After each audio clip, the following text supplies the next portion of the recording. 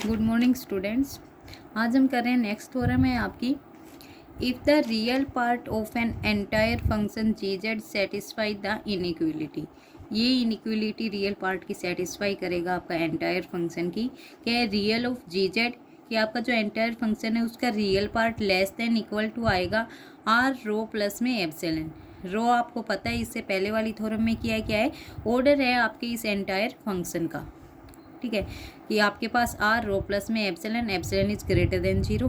वो जो जी जेड है बोल रहे हैं कि आज sufficiently large rho is the order of the G Z, then G Z is a polynomial of degree not exceeding rho, कि आपके पास एक पोलिनोमियल है जिसकी डिग्री आपकी रो वाली डिग्री से ज़्यादा नहीं होगी, यानी ऑर्डर से ज़्यादा नहीं जाएगी।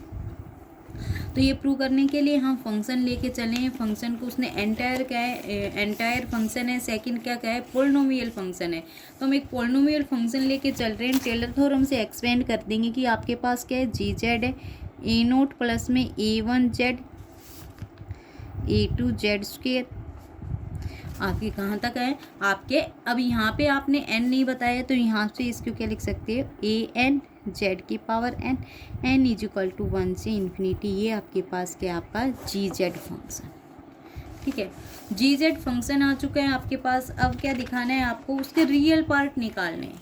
ठीक है, अब जी जेड होता है, यहाँ पे जो ए एन कॉन्स्टेंट होता है, इस ए एन की वैल्यू क्या होती है, इंटीग्रेशन होता है 1 में 2 पाई आयोटा, जो भी सर्कल काउंटर आपको दिया है उसके उसमें जी जेड बाई में जेड की पावर एन प्लस 1 इंटू में डी जेड।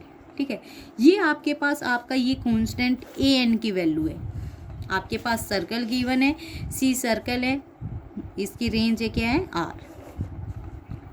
अब यहाँ से हम इसकी वैल्यू निकालना चाहते हैं। वैल्यू निकालने के लिए अब क्या करेंगे, ये फंक्शन आपको गिवन है, सेकंड फंक्शन की वैल्यू हम निकाल रहे हैं 1 बाई में 2 पाई आयोटा, इस वाले फंक्शन की 2 pi iota integration C g z by में जेड की power N plus 1 d z, और इस वाले फंक्शन का कंजुगेट ले रहे हैं। ठीक है, अब आपके पास यहाँ पे जेड मॉडुलस ऑफ जेड किसके इक्वल है, आर सर्कल है, तो यहाँ से जेड आपका क्या आ जाएगा, R E raise to power iota theta. Modulus of Z करोगे तो आर हो जाएगा ये। ठीक है, तो आपके पास ये आ गया। यहाँ पे जी जेड है, जेड की पावर एन प्लस में 1 डी जेड। यहाँ पे वैल्यू पुटअप करेंगे 1 बाई में 2 पाई आयोटा, सेम है as it is C circle आपकी। अब जी जेड है, ठीक है, यहाँ पे जी जेड किसकी इक्वल, ए एन जेड की पावर एन। ए एन आपके क्या है, कॉन्स्टेंट है, तो यहाँ पे क्या लिख सकते हो, एम इज इक्वल टू 0 से इन्फिनिटी ए एम का कंजुकेट। ठीक है, और जेड जो आपका है उसका कंजुकेट और पावर एम, यानी जो जी जेड है आप इसको क्या लिख रहे हो, आपके पास summation M is equal to 0 से इन्फिनिटी ए एम जो कांस्टेंट है वो जेड की पावर, ठीक है, वो वैल्यू पुट कर रहे हो आप। यहाँ पे वैल्यू पुट करोगे ये आपके पास डी जेड बाई में जेड की पावर एन प्लस में 1 हो जाएगा। सिर्फ कंजुगेट वैल्यू पुट की है। कंजुगेट वैल्यू पुट करने के बाद हम यहाँ पे क्या रखेंगे, अब जेड है r E raise to power iota theta हो गया। जेड का कंजुगेट करोगे तो आर आपको पता है माइनस में आयोटा थीटा हो जाएगा। ठीक है, जेड की पावर एन प्लस में 1 है, तो यहाँ पे क्या हो जाएगा, आर की power N plus 1 E raise to power iota है, तो ये एन प्लस में 1 थीटा हो जाएगा।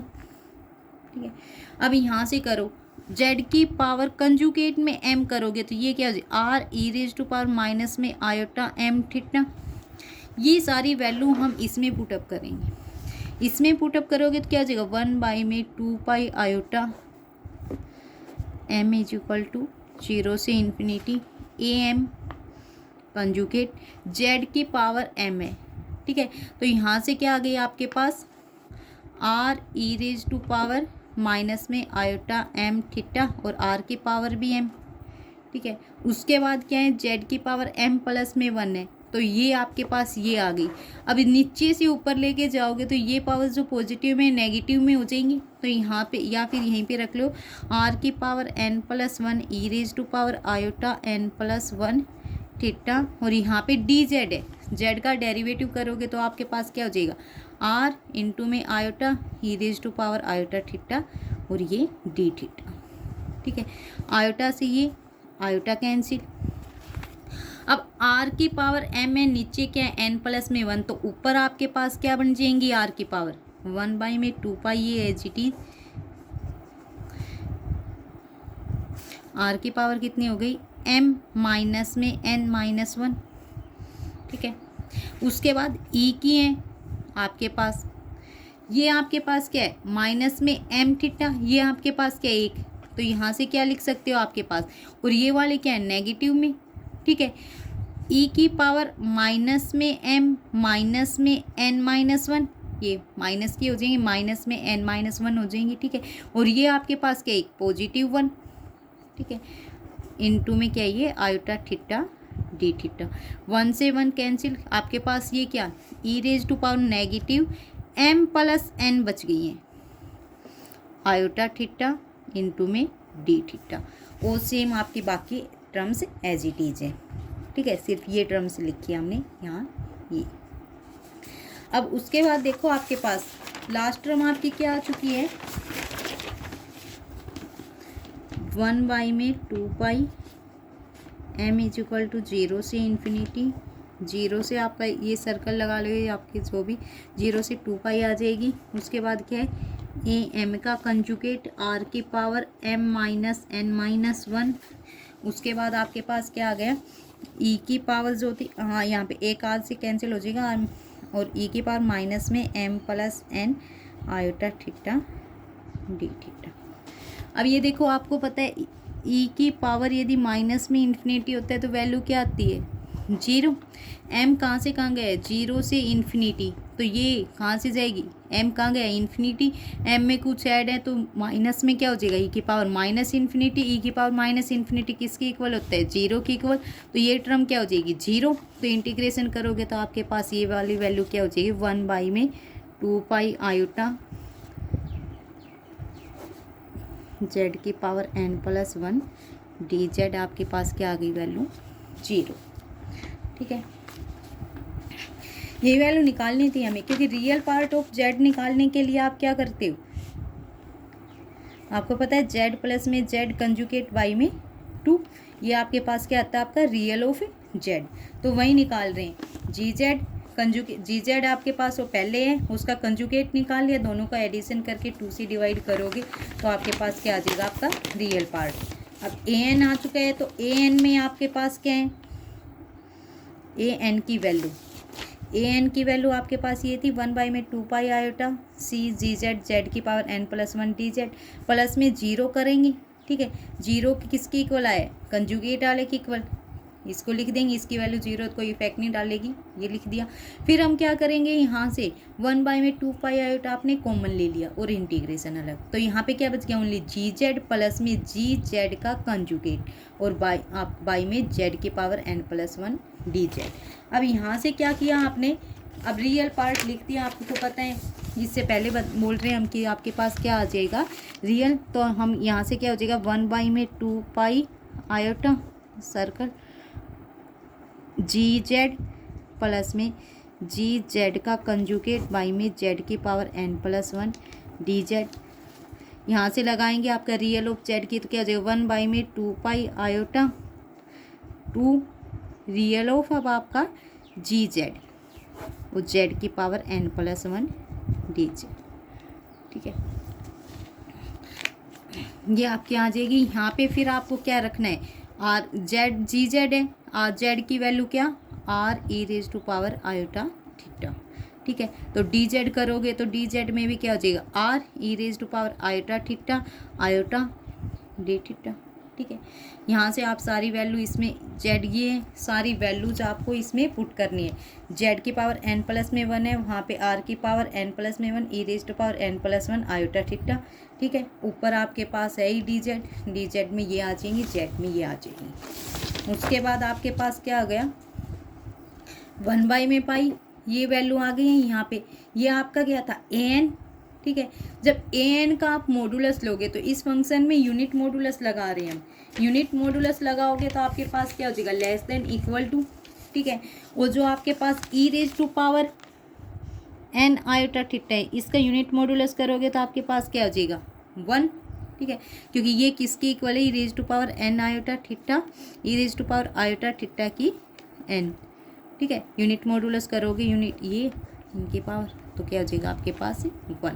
तो आप कह रहे हैं यहाँ पे आपके पास क्या हो जाएगा, E raise to power N iota theta, इसका यूनिट मॉडुलस करोगे 1, ये आपके पास यूनिट मॉडुलस में है ही, आपके पास आर की पावर एन, आर की पावर एन है, इधर ले आएंगे, ठीक है, इधर मल्टीप्लाई करेंगे, मॉडुलस ए एन आर की power n less than equal to 1 में पाई 0 से 2 pi, real of ji z है, जेड की वैल्यू पुट कर रखी है डी थीटा, ठीक है। अब आपको पता है जो आपका ए नोट होता है, ठीक है, ए एन एन की बजाय वहाँ पे वैल्यू क्या रख लेंगे 0, तो वहाँ जेड की यहाँ पे क्या था आपका ए एन की वैल्यू, अब हम ए नोट की वैल्यू निकाल रहे हैं। ए नोट की वैल्यू क्यों निकाल रहे हैं, क्योंकि आपको पता है यहाँ पे क्या गया, ए एन आर की पावर एन, आर आपका क्या है लार्ज है, एन की पावर क्या 0 लेंगे, ए नोट निकालेंगे तो लार्ज की पावर ऊपर 0, ठीक है, तो वो यहाँ पे डिफाइन नहीं हो रही, डिफाइन करने अलग से। तो ए एन आपको पता है आपके पास क्या 1 में 2 pi iota g z by में जेड की power N plus 1 d z, ठीक है। यहाँ पे एन की वैल्यू 0 रखोगे, आपके पास ए नोट ये आ जाएगा। फिर सिमिलरली जैसे आपने ए एन में किया है, ए एन में क्या लिया था आपका जी जेड फंक्शन था, इसका आपके जी जेड का कंजुगेट बाई में वही, यानी आपका जो भी फंक्शन था रियल ऑफ जेड बनाया था, वैसे ही हम ए नोट में बनाएंगे।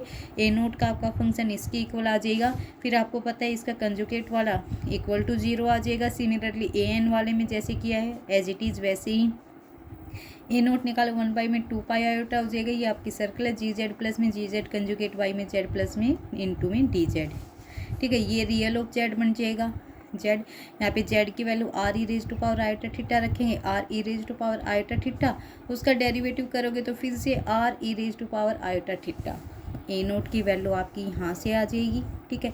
ए नोट की वैल्यू आने के बाद जब आपकी ए एन आर की पावर एन वैल्यू आ चुकी है, उसमें हम यहाँ से इसमें रियल वैल्यू निकालेंगे तो इधर भी रियल करेंगे, ठीक है। इसका ट्वाइस ये 2 इधर ले आएंगे, इधर एज इट डिवाइड हो जाएगा, ठीक है। तो क्योंकि दोनों वैल्यूज़ को सेम रखना चाह रहे हैं, 1 बाई पाई 0 से 2 पाई, तो यहाँ से 2 को इधर लेके चले जाएंगे, 1 बाई पाई बन जाएगा, तो प्लस में 2 real of a nought less than equal to आपकी जो पहले वाली ए एन की वैल्यू है 1 बाई पाई 0 से 2 pi modulus real of ji Z आप यानी आर ई रेज पर आयोटा थीटा डी थीटा, ठीक है। ऊपर से ये ए नोट वाली, तो ये वाली वैल्यू आप ऐड करोगे तो आपके पास ये आ जाएगा, ठीक है।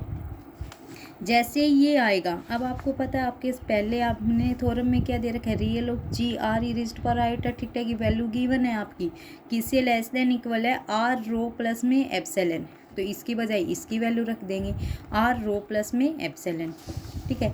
अब ये वाला तो आपका क्या है एक फिक्स वैल्यू है, बाहर आ जाएगा, सिर्फ डी थीटा का डेरिवेटिव इंटीग्रेशन करोगे, डी थीटा का इंटीग्रेशन करोगे तो वैल्यू रखोगे अपर माइनस में लोअर, थीटा आ जाएगा, थीटा में अपर क्या आपकी 2 पाई माइनस में लोअर 0, तो आपके पास क्या आ जाएगी 2 पाई ओनली, यहाँ पे वैल्यू रख देंगे, वैल्यू रखोगे तो आप ये किसकी equal less than equal to आ गई, पाई से पाई कैंसिल 4 आर की पावर रो प्लस में एप्सिलॉन, ठीक है, हो जाएगी ये।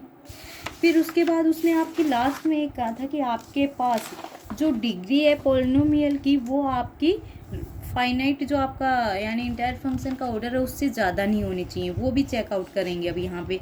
तो हम कह रहे हैं जो एक्सप्रेशन आया है उस एक्सप्रेशन को ए एन को आप कैसे लिख सकते हो, इधर ये आपके पास ए एन की वैल्यू ये आ चुकी है, ठीक है। तो यहाँ पे ए एन है, आर की पावर एन है, ठीक है, आर की पावर एन करेंगे तो इधर आर की पावर माइनस एन हो जाएगा, डिवाइड करेंगे उससे, तो ये कंप्लीट आपके पास क्या बन जाएगी 4 आर की पावर रो प्लस में एप्सिलॉन माइनस में एन, ठीक है।